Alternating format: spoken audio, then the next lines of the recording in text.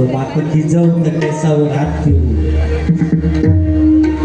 असून या ठिकाणी जबरदस्त जोडी निवडला.